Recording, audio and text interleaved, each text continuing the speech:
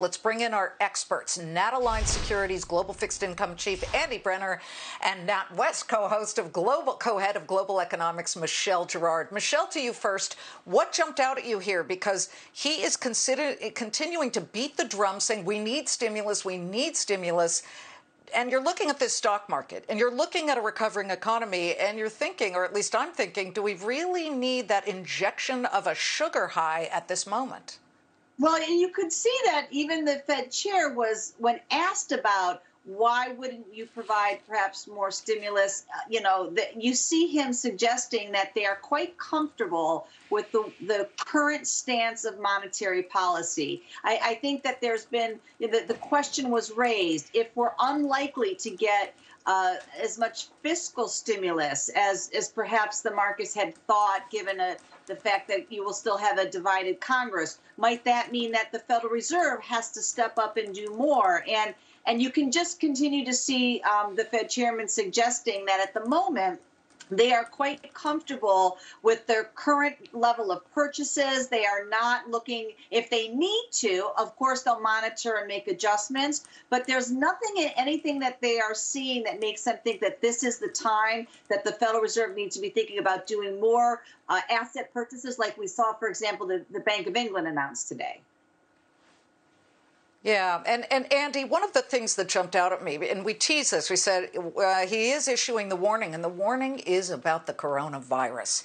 He said that he is very concerned that more stimulus will be needed, and we are indeed seeing a spike. We just clocked a one-day jump of 100,000 new cases, and he sees something on the horizon that really is disconcerting to him.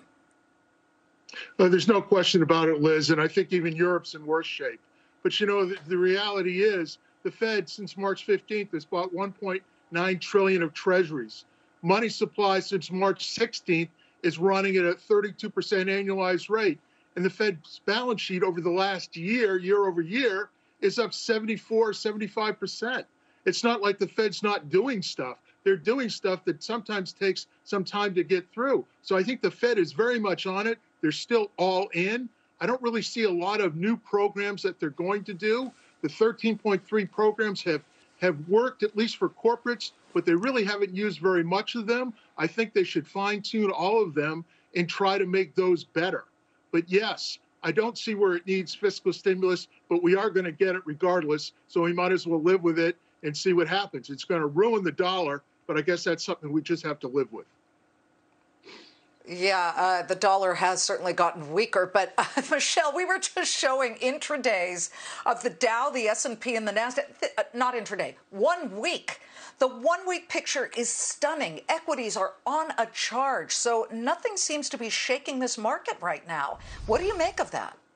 Well, I continue to think that the market has focused on the potential for the Federal Reserve or monetary policy having to do more rather than fiscal policy needing, stepping up. I mean, there was concern if you had a big sweep that you might have had a huge, much more aggressive expansion in fiscal policy, which could have put upward pressure on interest rates. Now you've got a situation where that threat seems to be less, and the market is back to thinking, okay, we're back to this world that we're used to, that we like, where it's really more about monetary policy. If we need more, the Fed will keep rates lower for longer. They'll shift and buy more assets. One of the things that's important to note, all of the purchases that they've made, we talked about how big the balance sheet is.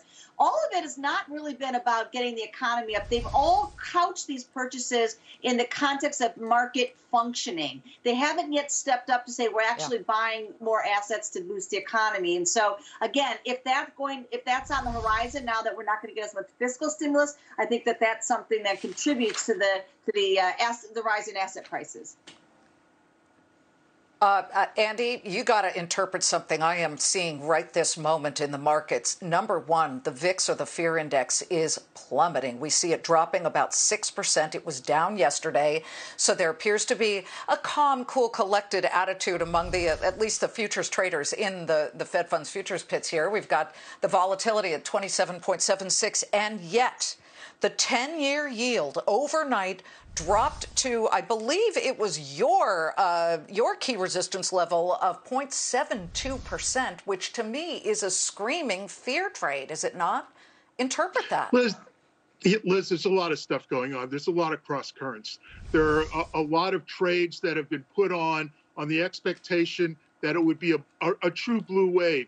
And even though the Senate still seems to be a little bit in doubt, I still see it going Republican. I think that is that fear, turning around. There are huge shorts out there. There are lots of steepeners. They all got flushed out. You had 2s10s go from 76 down to 56. You had the 10-year, believe it or not, election eve got to 94 basis points. And as you just said, it just got to 72 less than 48 hours later.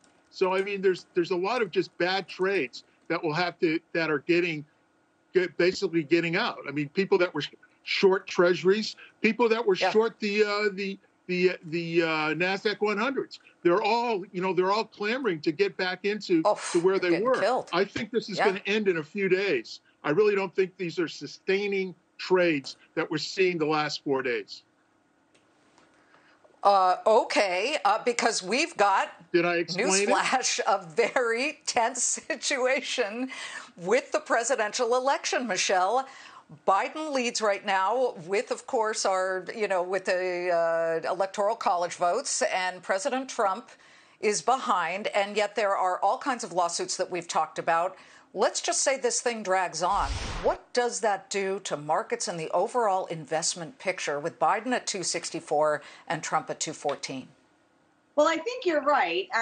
We just referenced the fact that the Senate is undecided. I think for the markets for a while now, a big key has been about the outcome of the Senate and whether or not you'd have a united government or not is hugely important for the markets. And the way it's looking, it might come down to those two races in Georgia, and both of those may end up not being decided until early January. So a very important piece of this puzzle we may not get the answer to definitively until January, so it could drag out. But I think we come back to the expectation that markets do have that probably the Senate will stay in Republican hands, and as a result, you do have this divided government. And I think at the moment markets are not viewing the legal challenges as having significant merit, and so in the end, there's this conclusion that you are likely to have a little bit of a status quo. We're not going to get the massive fiscal stimulus that perhaps, Treasury markets had been concerned about. And in that sense, I do think while we have uncertainty, there's a grounding here in terms of the markets keeping things sort of calm, that they think we are ultimately going to have a divided government or, again, and that will make a big difference in terms of the outlook.